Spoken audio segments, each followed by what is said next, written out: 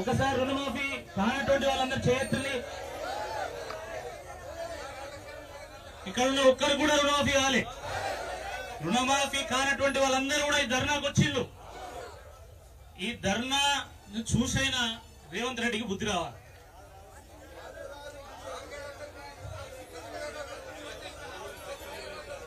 అప్పుడు ఏం చెప్పిండ్రు ఎస్ఎల్బిసి మీటింగ్ లో 49,500 కోట్ల రూపాయలు ఉన్నది, వాటికి రుణమాఫీ చేయాలని చెప్పిండు. మళ్ళీ తానే స్వయంగా కేబినెట్ మీటింగ్ పెట్టి ఏం చెప్పిండు 31,000 కోట్ల రూపాయలు రుణమాఫీ చేయాలన్నాడు. బడ్జెట్ లో ఏం చెప్పిండు 26,000 కోట్ల రూపాయలు రుణమాఫీ చేయాలన్నాడు. తీరా చూస్తే 18,000 కోట్ల రూపాయలు రుణమాఫీ చేస్తామని వాళ్ళే చెప్తున్నారు. మళ్ళా చాలా కోడికి బారాన మసాలా అన్నట్టు ఈయన సగం మంది కూడా రుణమాఫీ చేయలే, కానీ 200 కోట్లు పెట్టి ఈనాడు, సాక్షి, ఆంధ్రజ్యోతి అన్ని పత్రికలకు యాడ్స్ ఇచ్చిండు. అవునా కాదా? ఆ రోజు ఎన్నికల సందర్భంగా 10 ఏళ్లు అధికారంకు దూరమై ఆగమైనటువంటి కాంగ్రెస్ పార్టీ తోడేలు లెక్క తెలంగాణ మీద పడ్డది. ఎక్కడ చెయ్యి జారిపోతుందో అని 6 గ్యారెంటీలు ఇచ్చి 420 హామీలు ఇచ్చింది.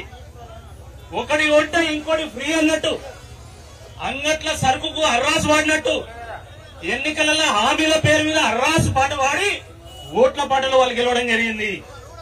మనం అందరం ఏమనుకున్నాం, సరే మంచిది ఎన్నికలు అయిపోయినాక హామీలు నెరవేరుస్తారని మనం అనుకున్నాం. కానీ ఆ ఆఫర్లు ఆషాఢం ఆఫర్ల లెక్క, అమెజాన్ ఆఫర్ల లెక్క అని మనం అనుకోలే, మోసపోయాను. మామూలుగా షాపింగ్ మాల్ దగ్గర ఏం చేస్తారు 50% ఆఫ్, 70% ఆఫ్, 10% కే ఇస్తామంటారు. కానీ కింద టర్మ్స్ అండ్ కండిషన్స్ అని పెడతారు. కానీ కాంగ్రెస్ పార్టీ ఇచ్చినటువంటి హామీల్లో ఎక్కడ కూడా కండిషన్స్ అప్లై అని కూడా పెట్టలే, పెట్టిందా ఎక్కడన్నా? కానీ ఈరోజు ఏం చెప్తున్నారు, రేషన్ కార్డులో ఒక పేరున్నది, పాస్బుక్ లో ఒక పేరున్నది కాబట్టి నీకు ఇయ్యా, అంతేనా? ఆధార్ కార్డులో ఒకటి ఉన్నది, పాస్బుక్ లో ఉన్నది కాబట్టి నేను ఇయ్యా. మీ ఇంట్లో ప్రభుత్వ ఉద్యోగులుగా ఉన్నాడు కాబట్టి మేము రుణమాఫీ చేయను. మీ ఇంట్లో మీ మనవడు ట్యాక్స్ కడతాను కాబట్టి నేను రుణమాఫీ చేయను,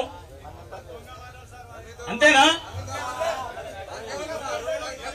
కాంగ్రెస్ పార్టీ, కాంగ్రెస్ ప్రభుత్వము ఇది కండిషన్ల ప్రభుత్వం. ఇది ఇంటికొక్కరికే కండిషన్ పెడుతున్నారు, ఉద్యోగస్తులు లేకపోతేనే ఇస్తామని కండిషన్ పెడుతున్నారు. ఇది కట్టింగ్ల ప్రభుత్వం, కట్టింగ్ల ప్రభుత్వం. ఈరోజు ఇంట్లో ఉద్యోగులు ఉంటే ఇవ్వమంటున్నారు, అందుకనే కట్టింగ్ల ప్రభుత్వం. ఇది కన్నింగ్ ప్రభుత్వము, కాంగ్రెస్ ప్రభుత్వం కన్నింగ్ ప్రభుత్వం. ఎందుకంటే పాస్బుక్ లో ఉన్న ఆధార్ కార్డుల స్పెల్లింగ్ తేడా ఉంటే అవి మ్యాచ్ కాకపోతే ఇవ్వమంటారు, లేకపోతే రైతు రుణం తీసుకొని చనిపోతే ఆయనకు రుణమాఫీ చేయనంటారు. అవునా కదా? కాబట్టి కాంగ్రెస్ ప్రభుత్వము కండిషన్ల ప్రభుత్వము, కాంగ్రెస్ ప్రభుత్వము కట్టింగ్ ప్రభుత్వము, కాంగ్రెస్ ప్రభుత్వము కన్నింగ్ ప్రభుత్వము.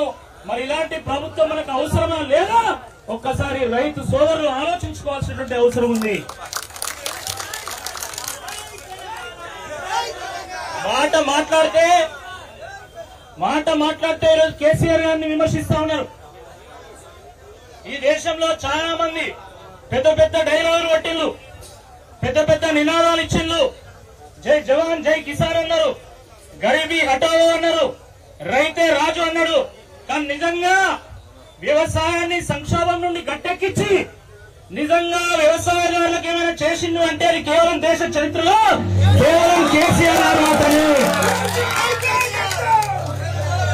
రైతు బంధు ఇచ్చిండు, రైతు బీమా ఇచ్చిండు, డ్యాములు కట్టిండు, రిజర్వాయర్లు కట్టిండు, కాలువలు నవ్విండు, సబ్సిడీలు ఇచ్చిండు, పంటలు కొనుగోలు చేసిండు. ఈ రకంగా వ్యవసాయం దండగ కాదు, వ్యవసాయం తలుచుకుంటే పండుగ అవుతుందని ప్రూవ్ చేసినటువంటి నాయకులు కేసీఆర్ గారు. మీలాగా నినాదాలు ఇవ్వలే, విధానాలు రూపొందించిండు.